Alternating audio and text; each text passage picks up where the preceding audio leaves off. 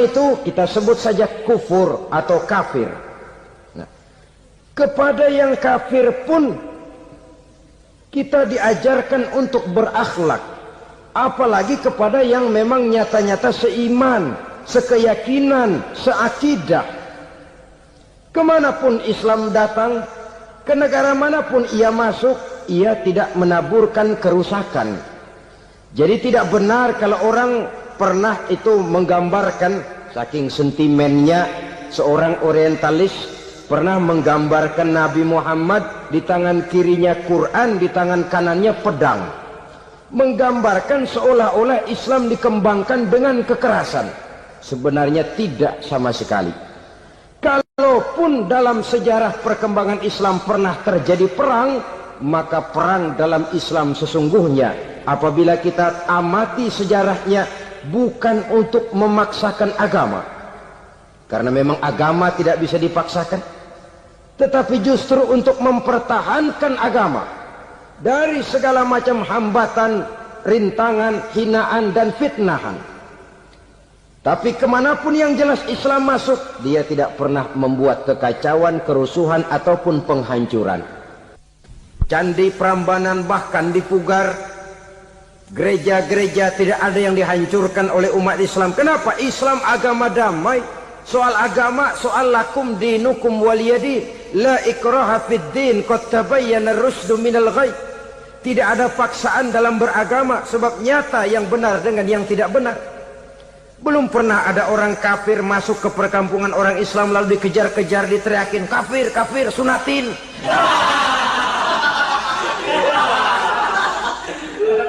Belum pernah. Kenapa? Islam menghormati orang lain agama.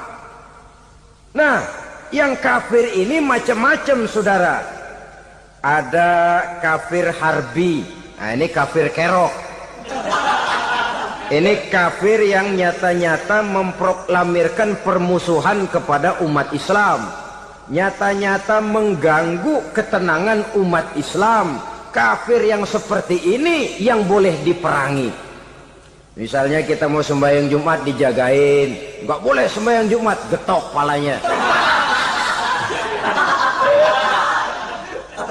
Kafir harbi artinya tantangan perang datang dari mereka, bukan kita yang mulai. Mereka yang buka front.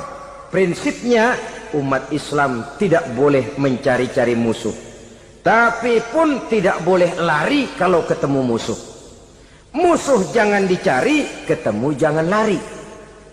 Karena itu kesan seolah-olah umat Islam ini teroris, umat Islam ini destroyer, umat Islam ini sering menimbulkan keonaran, kerusakan.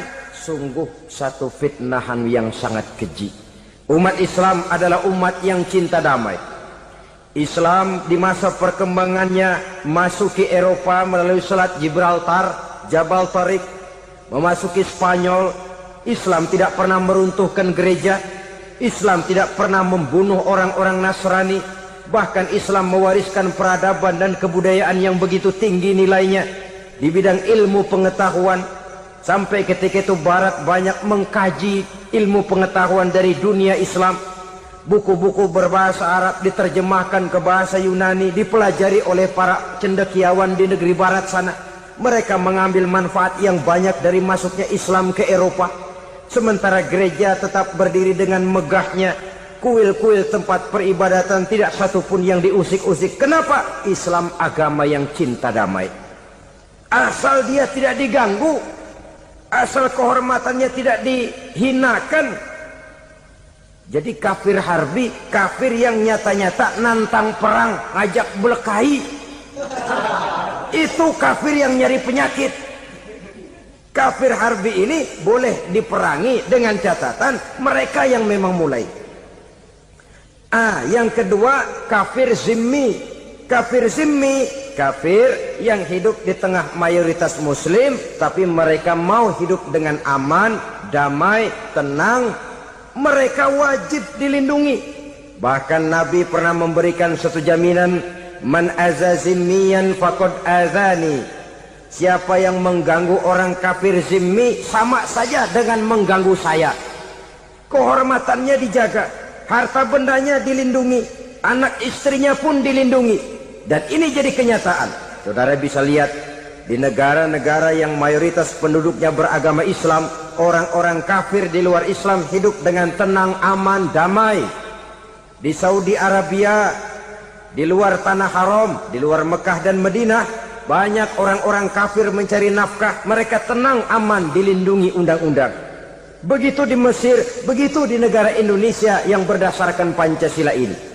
Kehidupan beragama menimbulkan gairah, rukun, tenang, aman, damai, sepanjang tidak saling ganggu, tidak saling usik, menghargai orang yang sudah beragama, tidak menjadikan penganut suatu agama sebagai sasaran dari dakwah agama lainnya. Saudara-saudara kaum muslimin rahimakumullah. Jadi memang oleh Al-Quran kita dianjurkan asyidda 'alal kuffar ruhama bainahum. Tegas kepada orang kafir, kasih sayang kepada sesama muslim.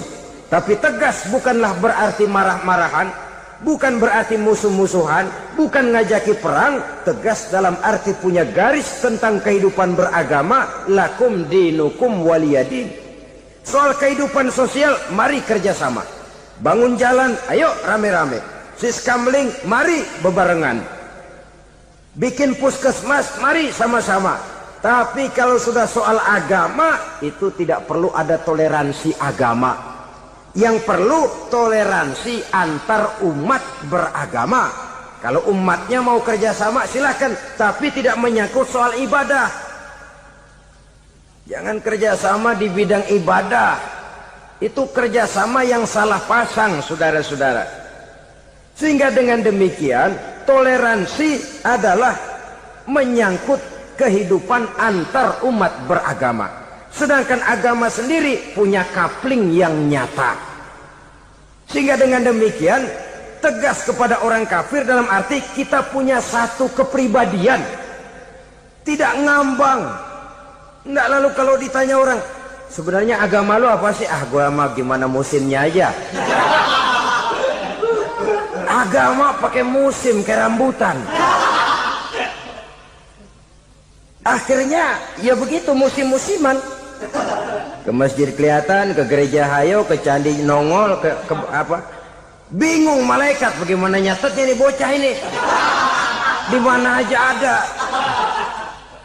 Kita punya satu kepribadian. Saya muslim dan garis saya ini, lakum dinukum waliyadin. Bagi Tuhan persilakan agama Tuhan, bagi kami agama kami. Kami hormati Tuhan, Tuhan hormat kepada kami. Tapi soal agama, kaplingnya jelas. Kerjasama, mari urusan muamalah, bidang sosial. Yuk kita siskamling sama-sama dengan orang lain agama. Mari jaga kerukunan, kesatuan, persatuan, kekompakan. Perbaiki jalan yang rusak, mari sama-sama. Mendandani jembatan yang runtuh, mari sama-sama. Tapi sembahyang, kaplingnya lain-lain. Sebab Nabi juga dulu pernah ditawarkan begitu loh sama kafir jahiliyah dulu, Quraisy itu. Sudah Muhammad, sekarang begini saja, kita join aja daripada marah-marahan. Hari ini saya oke, menyembah Tuhanmu Allah. Besok gantian kamu menyembah Tuhan kita, Latta, Uzza, Manat dan Hubal. Turun, qul ya ayyuhal kafirun la a'budu ma ta'budun. Soal ibadah kaplingnya jelas, tidak boleh dicampur adukkan. Sebab kalau tidak, kita akan mulai kehilangan identitas diri. Dan disitulah krisis kehidupan keyakinan beragama dimulai. Dari krisis identitas. Hujan gede kan mulainya gerimis dulu. Di mana-mana ya gerimis dulu. Gerimis makin lama makin gede. Kita akan mulai dengan kehilangan identitas diri. Dari sana nanti kita malu mengakui keislaman kita. Kalau orang Islam malu mengakui keislamannya, ini kan ironi, menyedihkan. Ngakui Islamnya saja malu, menonjolkan keislamannya malu. Tidak ada rasa bangga beragama. Padahal ini modal dasar. Hanyalah dengan rasa bangga beragama, kita lalu konsekuen. Bangga yang tidak konsekuen. Wah, pokoknya kan gua kan Islam. Agama yang paling benar. Tapi hidupnya sendiri jauh dari tuntunan Islam. Itu bangga yang tidak beralasan. Bangga yang tidak perlu dibanggakan sebenarnya.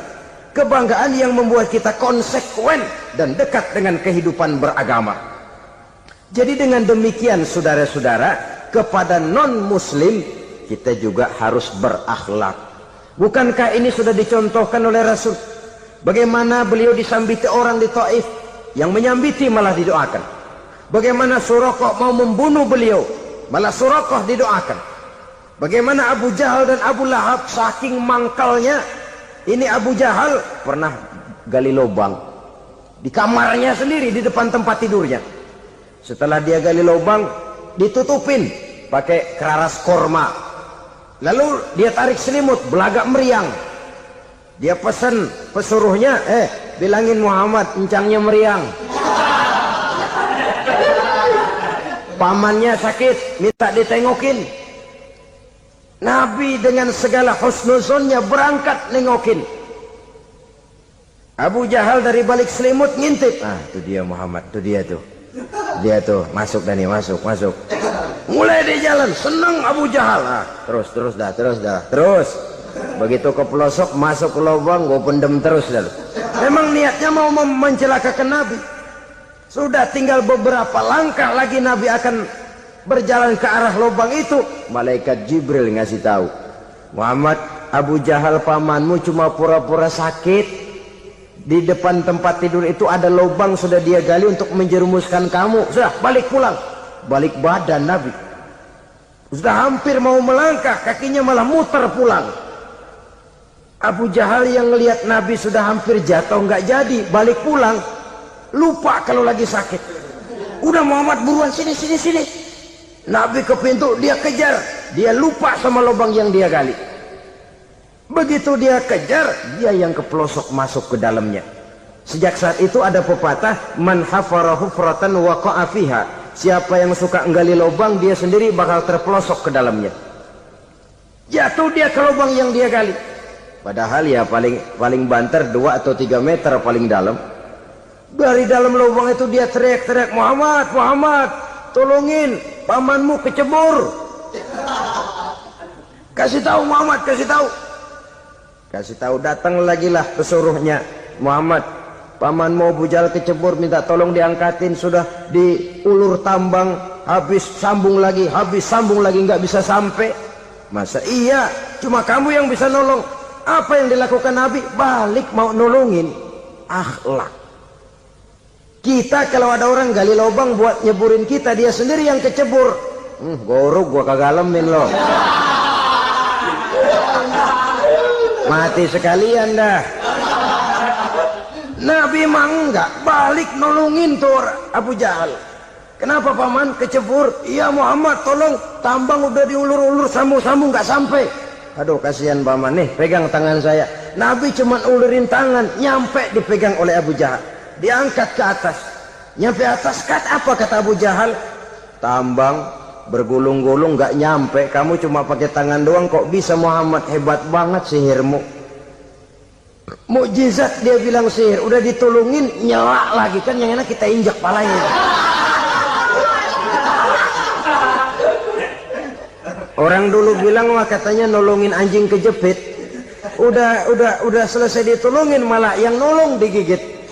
Saudara hadirin yang saya hormati, kepada orang-orang kafir kita harus berakhlak, menghormati mereka, tidak memaksakan satu keyakinan dalam batas-batas yang ditolerir oleh agama, yaitu pada masalah-masalah sosial dan muamalah. Itu kepada non-muslim, apalagi kepada sesama muslim. Baik akhlak kepada orang tua, akhlak kepada guru, akhlak kepada jiran atau tetangga, itu semua termasuk dalam akhlak kepada sesama manusia.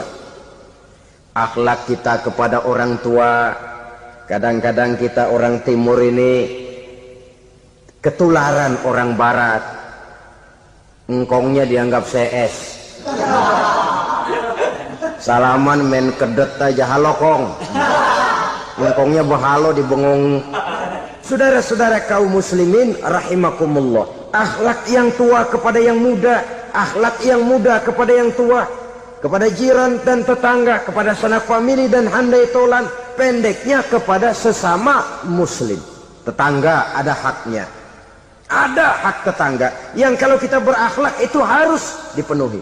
Contoh kecil, kalau saya beli radio,